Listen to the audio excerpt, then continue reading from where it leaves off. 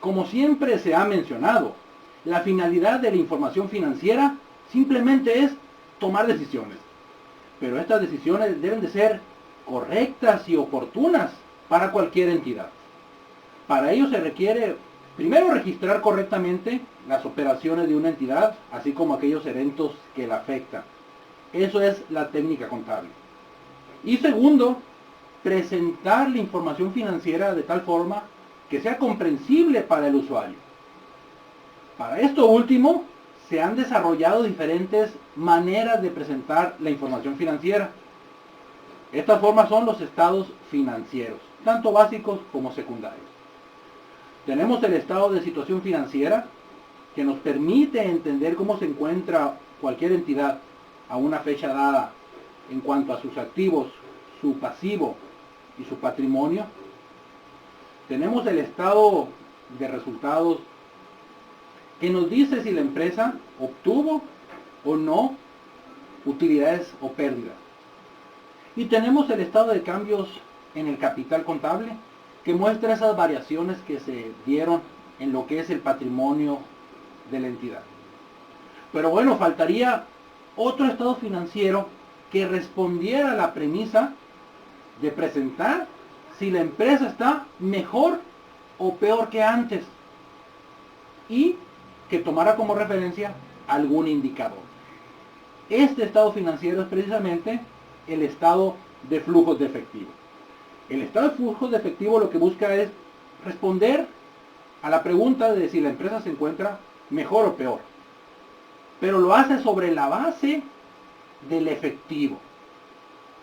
Un estado de resultados lo que muestra es la utilidad o pérdida, pero esta es contable o financiera, no necesariamente en efectivo.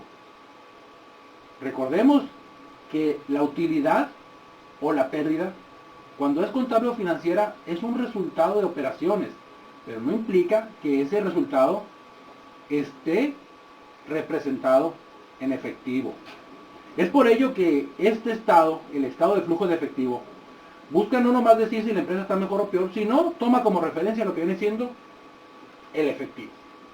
¿Cuáles son los objetivos que persigue este estado financiero y que obvio no se ven reflejados en los otros estados financieros?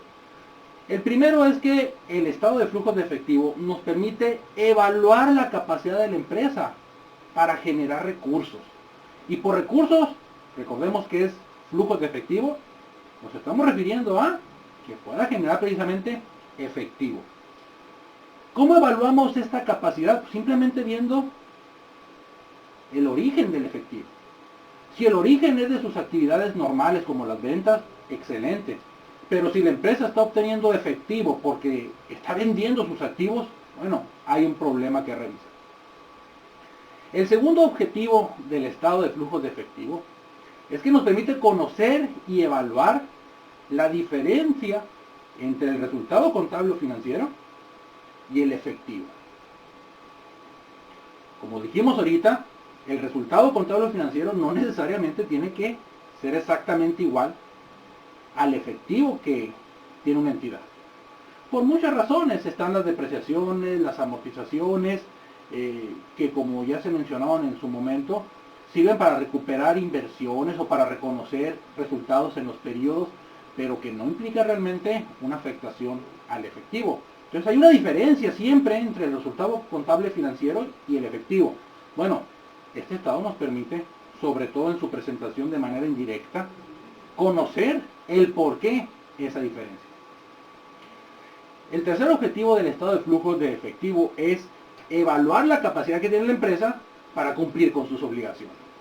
Así como podemos evaluar la capacidad que tiene la empresa para generar recursos, sobre todo reflejados en efectivo, la otra parte es precisamente evaluar la capacidad de la empresa para cumplir con sus obligaciones. Si esas obligaciones pueden ser solventadas con base en los recursos que está generando la entidad de sus operaciones normales, reflejadas en el efectivo, bueno, estamos hablando de una empresa que no tiene propiamente problemas. Pero si no puede cumplir con sus obligaciones, entonces tenemos una situación de falta de liquidez o de insolvencia que habría que analizar detenidamente. El último objetivo, el cuarto, Es que, como su nombre lo indica, nos permite evaluar precisamente los flujos de efectivo. ¿Qué queremos decir con flujos de efectivo? Pues identificar de dónde viene el dinero y a dónde va. Y el análisis histórico nos permite prospectar o proyectar esos flujos de efectivo. Ya estamos entrando entonces al área de la planeación estratégica. Nos permite entender la situación de la empresa, proyectarla y tomar decisiones en el tiempo. Luego entonces con estos 4 objetivos pudiéramos definir el estado de flujos de efectivo como el estado financiero básico, junto con los otros 3, que nos permite entender el efectivo que se generó y que se utilizó en una entidad en actividades de operación, inversión y financiamiento. De hecho, estas 3 clasificaciones, operación, inversión y financiamiento, es la estructura de presentación que sigue el estado de flujos de efectivo. Pero, ¿qué queremos decir cuando hablamos de actividades de operación, de inversión o de financiamiento? Cuando estamos hablando de actividades de operación nos referimos a aquellas que son las actividades preponderantes de una entidad, a lo que realmente se dedica.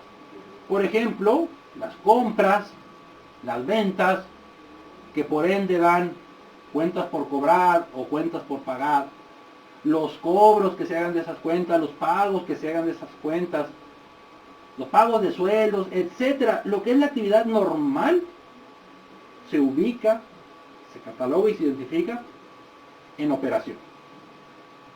También tenemos las actividades de inversión.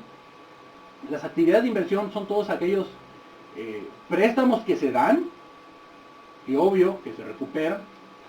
Estamos hablando de los instrumentos de deuda que se emiten.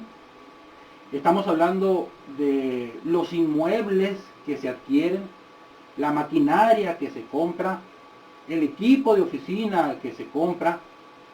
Si pudiéramos identificar de una manera general, sin ser excluyentes, pudiéramos decir que se refiere principalmente a los movimientos que tiene el activo fijo o no circulante.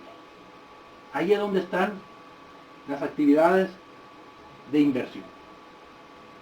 Por último tenemos las actividades de financiamiento, que tiene que ver con los recursos que se obtienen y que se pueden identificar, por ejemplo, con recursos que se obtienen de accionistas, obvio los reembolsos que se hacen de las acciones, los dividendos, los préstamos obtenidos y su pago. Si identificamos, podemos también catalogarlos sin ser excluyentes en aquellas operaciones, aquellas actividades que tienen que ver con el pasivo a largo plazo y con el capital. ¿Cuál viene siendo la mecánica para formular el estado de flujo de efectivo? Principalmente es una comparación. Tomamos las cuentas del estado de situación financiera y del estado de resultados y las empezamos a comparar de un periodo con otro para identificar movimientos, es decir, aumentos o disminuciones. Estos aumentos o disminuciones los identificamos como orígenes o aplicaciones. Un origen, como su nombre lo indica, siempre será la obtención de efectivo, de recursos. Por lo tanto, todos los orígenes tienen un movimiento acreedor, si vemos la cuenta como tal, y se ubican en el haber. Por ejemplo, si tenemos nosotros una disminución de inventarios, estamos suponiendo que hubo una venta, esa disminución viene siendo un origen de los recursos. Por el contrario, si tenemos un incremento de los pasivos, estamos suponiendo que ese incremento se debe o que nos dieron dinero o que nos están dando un crédito y por lo tanto la empresa no está desembolsando. Es un origen. En ambos casos, disminución de inventarios o incremento de pasivos, tenemos un movimiento acreedor. Los movimientos acreedores son orígenes. Implican mayor efectivo. Van sumados en el estado de flujo de efectivo porque incrementan el efectivo. Tenemos las aplicaciones también, es decir, a dónde se va el dinero, a dónde se va el recurso. Todas las aplicaciones tienen un movimiento deudor, o si identificamos la cuenta, van en el debe. Por ejemplo, una aplicación sería la compra de un terreno. Si de un año para otro tenemos un incremento en la cuenta de terrenos, quiere decir que hubo una adquisición. Esa adquisición pues tuvo un movimiento deudor porque es una cuenta de activo. Si tenemos la disminución de un pasivo, quiere decir que se pagó ese pasivo. Esa disminución, dado que es una cuenta de naturaleza creadora, irá en el debe. Como podemos ver en los dos casos, tanto en la inversión que se hace como en el pago, tenemos un movimiento deudor, porque implica que el recurso se va, se aplica, por eso se llama aplicación. Y la conclusión es que todos los movimientos deudores, todas las aplicaciones, obvio, van restadas en el estado de flujo de efectivo, porque implican que la empresa va a tener finalmente menos efectivo. La presentación luego entonces se puede hacer de manera directa o indirecta, pero en cualquiera de los dos casos va a ir agrupada en esas actividades de operación, de inversión y de financiamiento, para finalmente presentarnos el aumento o disminución neto del efectivo y entender así, tal y como dijimos anteriormente, la capacidad de la empresa para generar sus recursos, para solventar sus deudas, para entender las diferencias entre la utilidad y los resultados y para comprender los flujos de efectivo.